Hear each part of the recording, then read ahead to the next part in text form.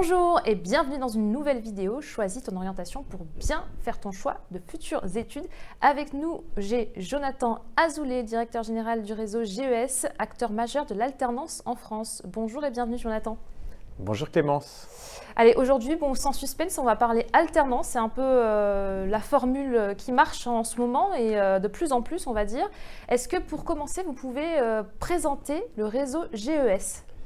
Alors, le réseau GES, réseau des grandes écoles spécialisées, est un réseau d'enseignement supérieur qui compte environ 8500 étudiants, dont on va dire 60% sont en contrat d'alternance, avec différentes écoles qui composent ce réseau. Tout d'abord, PPA Business School, qui est l'école de management, le SGI, qui est l'école d'informatique, le IML Paris, qui est l'école de marketing du luxe, l'ICANN, qui est une école de game design 3D et jeux vidéo, le CITV, qui est une école de digital marketing et audiovisuel, l'Effet Studio Créa qui est une école de design, l'Effet Photo une école de photo, et puis Modart qui est une école de stylisme et modélisme, et enfin le NGDE qui est une école d'expertise comptable.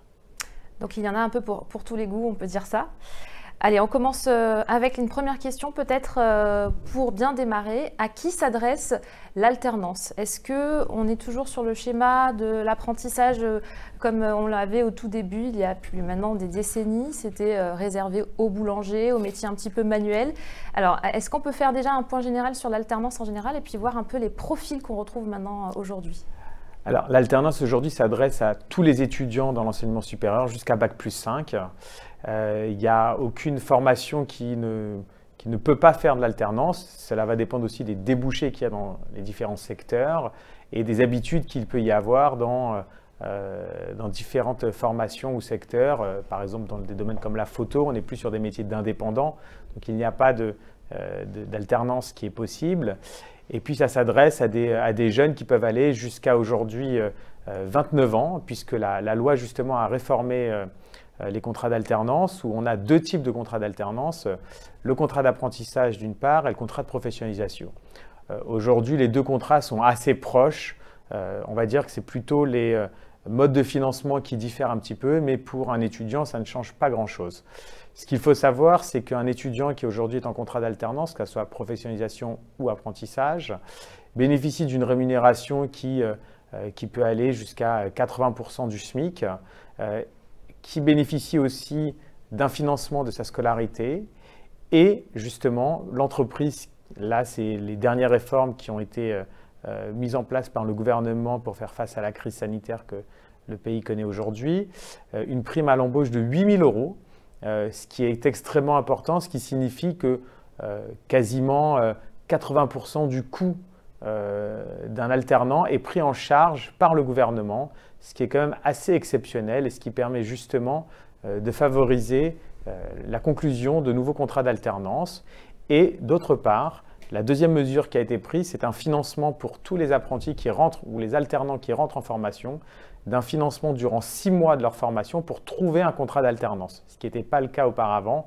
Donc, c'est-à-dire qu'un étudiant aujourd'hui qui rentrerait en formation a 6 mois pour trouver son contrat d'alternance et l'entreprise bénéficie en plus d'une prime de 8 000 € pour le recrutement de cet alternant. D'accord. Donc ça, c'est pour l'actualité sur l'alternance, que ce soit, donc vous disiez, le contrat de professionnalisation ou le contrat d'apprentissage. Pour ce qui est des profils, j'aimerais bien savoir, vu qu'on est sur une semaine thématique spéciale post-bac, à quel type de lycéen peut s'adresser l'alternance? Est-ce qu'il faut avoir une certaine maturité? Vous avez dit donc un peu tous les domaines de compétences, on le voit bien notamment au travers des écoles que vous représentez, mais est-ce qu'il faut avoir une certaine personnalité, une certaine maturité peut-être pour s'adresser, pour s'orienter vers l'alternance? Tout à fait, c'est-à-dire qu'il faut avoir un projet professionnel clairement défini. Aujourd'hui, l'alternance est un vrai choix pédagogique, un vrai choix d'enseignement. On apprend à l'école et en entreprise et les deux sont extrêmement complémentaires. Ce n'est pas j'apprends à l'école et j'applique en entreprise, c'est j'apprends et j'applique à l'école, j'apprends et j'applique en entreprise. Et donc, il faut effectivement avoir un projet professionnel défini. Si on y va uniquement pour des motivations qui seraient financières, ce ne serait pas la seule motivation parce que c'est vraiment quelque chose d'impliquant, d'engageant, parce qu'on rentre dans la vie professionnelle et donc il faut être prêt à affronter aussi tous les challenges que l'étudiant va avoir. À la fois, quand il sera étudiant, il devra suivre un cursus avec les mêmes contraintes qu'un étudiant qui est en voie classique, avec le même nombre d'heures, les mêmes types d'évaluation, mais il devra aussi satisfaire aux exigences de son employeur avec les contraintes et les obligations qu'il peut y avoir. Et donc, il faut être capable d'allier les deux pour justement que l'alternance soit réussie. Oui, donc il faut savoir effectivement qu'on est salarié quand on est en alternance. Donc c'est vrai que ça met tout de suite dans le monde réel. Une autre question, comment trouver son entreprise? C'est quand même la partie qui est la plus stressante pour les étudiants comme pour les parents. Alors, ce que je peux vous dire de l'expérience qu'on a au sein du réseau GES et dans des écoles comme PPA Business School ou le SGI par exemple, on a un service relations entreprises dédié qui accompagne les étudiants tout d'abord à élaborer leur CV, qui leur fait passer des entretiens de simulation, qui organise des ateliers de techniques de recherche d'entreprise et donc qui va les accompagner, on va dire, en amont, avant qu'ils aillent faire passer des entretiens auprès de recruteurs réels. Et puis après, on les met en relation avec des entreprises partenaires. On organise des événements, on va dire plusieurs fois dans l'année, 3 ou 4 fois dans l'année, on organise des événements, ce qu'on appelle des speed meetings, où on a une centaine d'entreprises qui viennent recruter des étudiants en alternance exclusivement. Et on a des entreprises partenaires avec lesquelles on organise des recrutements dédiés qui vont venir sur le campus pour recruter des étudiants. On l'a fait par exemple avec KPMG, avec la société DFM, avec plein de sociétés avec lesquelles on travaille qui vont recruter 25-30 alternants d'un coup sur une même journée, ou sur des speed meetings, on peut avoir quasiment 150 ou 200 offres à pourvoir. Donc aujourd'hui, la problématique, c'est pas… On sent qu'il y a une vraie demande de la part des entreprises d'avoir des alternants, que le coût est assez réduit et donc on constate que trouver des contrats d'alternance, ce n'est pas une chose aisée, mais ce n'est pas quelque chose non plus d'extrêmement compliqué en ces temps-ci par rapport à ce qu'on pourrait penser. Et ça, grâce justement à la conjoncture actuelle que le gouvernement a permis justement grâce aux réformes qui ont été mises en place durant l'été.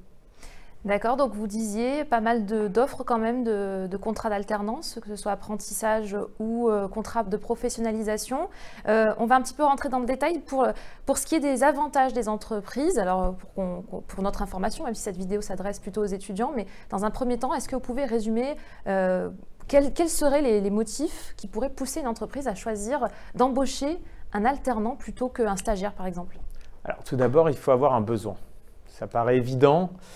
Mais quand on a des entreprises qui baissent le rideau, elles n'ont pas de besoin et donc effectivement, il n'y en a pas. Donc il faut espérer que la crise ne continue pas encore trop longtemps. Deuxième chose, là, on va dire que les entreprises recherchent des personnes qui ont une certaine maturité, qui vont pouvoir apporter à l'entreprise. Alors effectivement, quand on est jeune bachelier, on se dit mais tiens, mais qu'est-ce que je vais pouvoir apporter? Eh bien, effectivement, il y a des différentes tâches qui s'adressent justement, différentes fonctions qui s'adressent justement à des jeunes bacheliers parce que on va être sur des plateformes téléphoniques, parce qu'on va faire de l'assistanat en gestion, en ressources humaines, sur des petites missions en informatique. Et donc, on a besoin d'avoir des personnes qui vont faire ces petites missions-là et que des étudiants qui seraient par exemple en cycle master eh bien, ne voudraient plus faire parce qu'effectivement, ils sont dans une idée de progression pédagogique. Et donc, il faut vraiment avoir un profil où on est autonome. C'est ce que recherchent de plus en plus les entreprises, surtout quand il y a du télétravail, de la distanciation et donc ils veulent des profils assez autonomes. On peut revenir sur les quelques avantages aussi, c'est-à-dire qu'aujourd'hui, pour une entreprise de recruter, ça coûte quasiment rien de recruter un alternant puisqu'avec une prime de 8 000 € dans l'enseignement supérieur et 5 000 s'il a moins de 18 ans, le coût pour un apprenti est quasi nul, très faible. C'est de l'ordre de 200 à 250 € par mois, ce qui est vraiment aujourd'hui assez mineur comparé à ce que ça peut rapporter pour une entreprise qui souhaite notamment rebondir face à cette crise. D'accord. Et donc, par contre, ça rapporte énormément pour l'étudiant. Donc, on disait, on finance nos études et également on reçoit un salaire. Tout à fait. Alors, vous avez bien sûr, comme vous l'avez dit, la formation qui est financée, puis un salaire qui peut aller jusqu'à 80% % du SMIC, entre 60 et 80% du SMIC, on va dire grosso modo, ce qui représente quand même un salaire qui permet d'avoir une certaine autonomie quand on est jeune étudiant, qui permet aussi de se financer, de se prendre en charge. Donc, ce n'est pas négligeable aussi. D'accord. Et en termes justement de soft skills, est-ce que, enfin ce qu'on appelle les soft skills, c'est-à-dire qu'effectivement ça va apporter une compétence, c'est-à-dire qu'on va être un peu plus pointu dans le domaine dans lequel on aura travaillé, mais est-ce que ça peut apporter justement une certaine maturité ou venir encore plus l'accentuer une fois qu'on a terminé ? Alors, effectivement, c'est ce qu'on a appelé à PPA, la PPA Stage par exemple, où on accompagne les étudiants dans le développement de leurs soft skills et de toutes ces compétences professionnelles qui sont nécessaires pour occuper un poste. Ce n'est pas simplement avoir des compétences techniques, mais c'est savoir aussi évoluer et comporter en milieu professionnel, mais c'est aussi savoir gérer sa e-réputation sur les réseaux sociaux, par exemple, comment on va chercher un emploi sur LinkedIn, comment on se met en avant.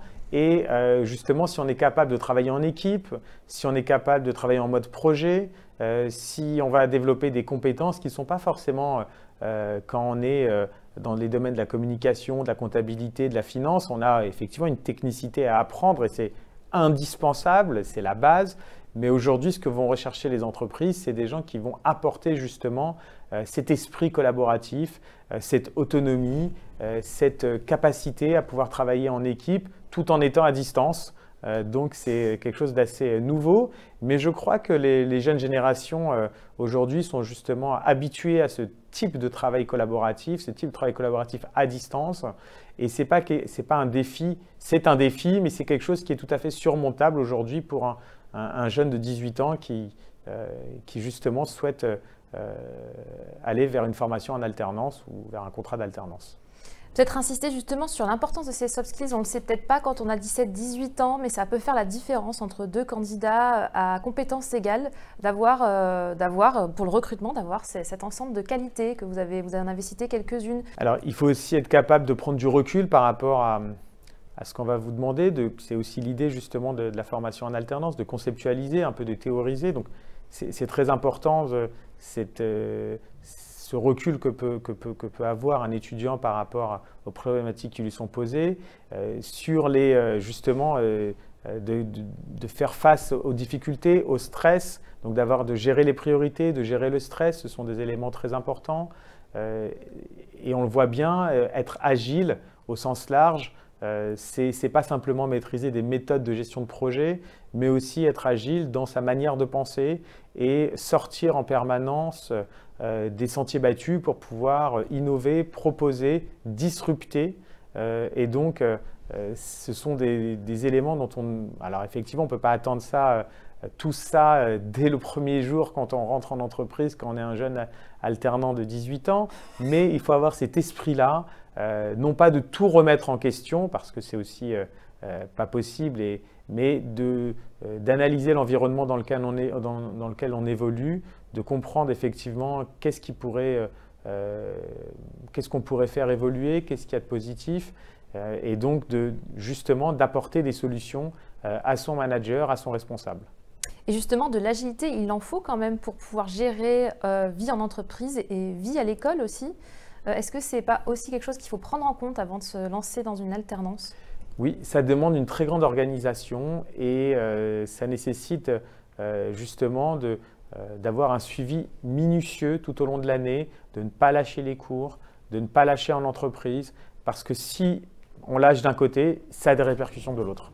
Inévitablement, on le voit tous les ans, il y a toujours quelques étudiants qui pensent que tant que ça se passe bien en entreprise, ils peuvent se permettre effectivement, entre guillemets, de sécher les cours. Eh bien, on constate que ça a des répercussions parce qu'à terme, on est tout de suite, on perd vite pied. Et donc, j'insiste bien, ça demande une très grande rigueur, une très grande implication et des sacrifices parce qu'effectivement, on travaille et souvent, les week-ends, ils sont faits pour travailler ses cours et pas pour voir ses amis. Disons qu'en ce moment, c'est peut-être plus facile. C'est le moment idéal pour le faire, on va dire. C'est dans l'air du temps, mais effectivement, quand on a 18 ans, les week-ends, en général, on préfère voir ses amis. Là, on va dire que la situation est plutôt le contexte est plutôt favorable pour pouvoir travailler et se recentrer sur les choses indispensables. Alors, rassurons-les aussi un petit peu, peut-être aussi les parents, ils sont accompagnés justement pour acquérir cette agilité et ne pas lâcher. Est-ce que vous pouvez nous expliquer un petit peu à quel type d'accompagnement on peut avoir droit? Alors, ils sont accompagnés d'une part, chez nous au sein du réseau GEST, ils sont accompagnés par les chargés de relations entreprises qui font le point en permanence entre l'entreprise et l'étudiant pour savoir si tout se passe bien, mais aussi par des assistantes pédagogiques qui les suivent tout au long de l'année pour savoir que toute la scolarité se passe bien. Et on fait des points réguliers avec les tuteurs, avec l'étudiant, dès qu'on sent qu'il y a un petit relâchement, hop, de tout de suite faire en sorte que l'étudiant soit pris en charge et de comprendre ce qui se passe, parce que souvent, quand ça se passe moyennement en entreprise, eh bien, l'étudiant commence à lâcher petit à petit. Donc, on a des points réguliers tous les mois, dès qu'on fait des points pour justement s'assurer que l'étudiant ne perd pas pied et que ça se passe plutôt bien en entreprise. Alors, le but de l'alternance, c'est évidemment une insertion plus rapide, ou en tout cas plus efficace. Est-ce que vous avez quelques données par rapport aux chiffres d'insertion professionnelle après le diplôme, après ce dispositif? Ce qu'on peut dire, c'est qu'il y a entre 35 et 40% des étudiants, selon les diplômes, qui poursuivent dans l'entreprise dans laquelle ils étaient. Alors, on peut effectivement s'interroger sur le fait que peut-être les 2/3 ne poursuivent pas, mais c'est aussi une volonté, parce que dans beaucoup d'entreprises, eh bien, il y a des postes qui sont réservés à des alternants, donc ça permet d'acquérir une première expérience. Et puis, il y a aussi souvent beaucoup de jeunes qui, une fois qu'ils ont fait 2, 3 ou 5 ans dans une entreprise, ont envie de changer d'entreprise. Surtout quand on est dans des PME, on a envie peut-être d'aller voir des plus grands groupes, de voir comment ça se passe, ou vice-versa, quand on est dans un grand groupe, quand on a fait 3, 4, 5 ans, eh bien on se dit on aimerait bien de voir dans une autre culture d'entreprise, une taille d'entreprise plus petite. Donc il y a de multiples raisons qui expliquent ça, mais ce que je peux dire, c'est que déjà 35-40% dans l'entreprise même, c'est important. Et puis après, ce que je peux vous dire, c'est que 6 mois après l'obtention du diplôme, on a plutôt des taux d'insertion professionnelle qui sont aux alentours de 85% dans l'ensemble des formations. Donc ça montre bien que peu importe le secteur où l'on évolue, qu'une très très grande majorité sont en entreprise à l'issue de la formation, ont un emploi, exercent une activité en lien avec la formation qu'ils ont suivie. C'est aussi ça qui est important. Donc, c'est un facilitateur d'emploi, on va dire ça, l'alternance, que ce soit contrat pro ou apprentissage. En tout cas, merci. Je vais vous laisser quelques mots pour conclure sur cette thématique de l'alternance. Allez-y, Jonathan Azoulay. Si je devais résumer l'alternance, il faut avoir un projet professionnel bien défini, il faut être bien armé et avoir une certaine maturité et autonomie pour faire face aux contraintes qui peuvent avoir lieu à la fois en entreprise et à l'école. Mais en tous les cas, c'est un formidable accélérateur dans sa vie professionnelle, dans la maturité aussi, parce que les étudiants qui font ça, quand je vois à PPA Business School qui rentrent en première année et qui terminent en 5e année, ont extrêmement mûri, extrêmement appris. Et on apprend et on pratique à l'école, on apprend et on pratique en entreprise. C'est ce qui est la beauté de l'alternance. Et je pense que les gens qui vont dans cette voie-là, les jeunes qui vont dans cette voie-là, peuvent être rassurés par les mesures qui ont été prises par le gouvernement, justement pour les accompagner dans leur insertion professionnelle, tout d'abord en alternance et puis après, une fois qu'ils ont terminé leur contrat en alternance, comme on l'a dit, c'est un formidable accélérateur d'insertion professionnelle. Merci beaucoup Jonathan Azoulay, directeur général de GEST, acteur majeur de l'alternance en France. Merci à vous d'avoir suivi cette petite capsule expert. Je vous dis à très bientôt pour une nouvelle vidéo dans Choisis ton orientation.